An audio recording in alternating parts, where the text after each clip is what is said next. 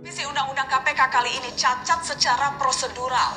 Dilakukan diam-diam dan tersembunyi tanpa melibatkan KPK sama sekali, apalagi mendengarkan halayak. Bahkan dengan gagah DPR mengatakan, kami tidak butuh masukan publik. Semakin absurd ketika DPR memaksakan hari-hari terakhir masa tugasnya untuk menyelesaikan revisi Undang-Undang KPK. Mereka yang kerap bersengketa, rutin bertengkar, terbiasa perang mulut, tiba-tiba serentak dan kompak berkata iya kepada revisi Undang-Undang KPK. Wajar jika kita curiga, terlalu kentara cara-cara kasar mereka. Calon pimpinan KPK yang bermasalah secara etika justru dipilih anggota dewan dengan suara bulat dan terbanyak. Kita menolak proses politik yang menggunakan format demokrasi namun sebenarnya untuk melindungi oligarki. Data menunjukkan, sampai Juni 2019, koruptor yang paling banyak ditangani KPK adalah anggota DPR di pusat dan daerah.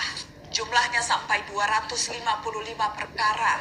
Tercatat ada 130 kepala daerah, 6 pimpinan partai politik, 27 kepala lembaga atau kementerian terjerat kasus korupsi. Kebanyakan merupakan politisi. Ketika KPK sulit dibeli, pilihannya adalah dikebiri. Mirisnya lagi, kali ini upaya itu seperti direstui Presiden Jokowi. Ada banyak kesempatan yang dimiliki Presiden untuk menghentikan upaya pelemahan ini. Tapi kecewa yang akhirnya kita alami. Saat ini pimpinan KPK telah mengembalikan wewenang pemberantasan korupsi kepada Presiden RI. Beberapa pimpinan KPK juga telah mengundurkan diri. Masyarakat, kelompok profesional dan akademisi beramai-ramai membuat petisi. Dan inilah yang paling berbahaya dari korupsi, ketika rakyat tidak percaya pemimpinnya sendiri. Kita semua perlu bukti bahwa politik tidak abai dan tuli.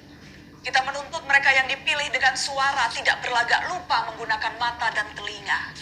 Langit memang terlihat kian mendung, badai semakin kencang merundung. Basa-basi rasanya tidak diperlukan lagi. Krisis sudah jelas terpampang hari-hari ini. Mungkin saja kita memang akan kalah, tapi kita bukan pecundang yang pasrah, yang sudah gantung sepatu sebelum pertandingan, yang menunduk dalam-dalam sebelum peluit panjang. Kita tidak rela melempar handuk ke lantai, karena kita belum sudi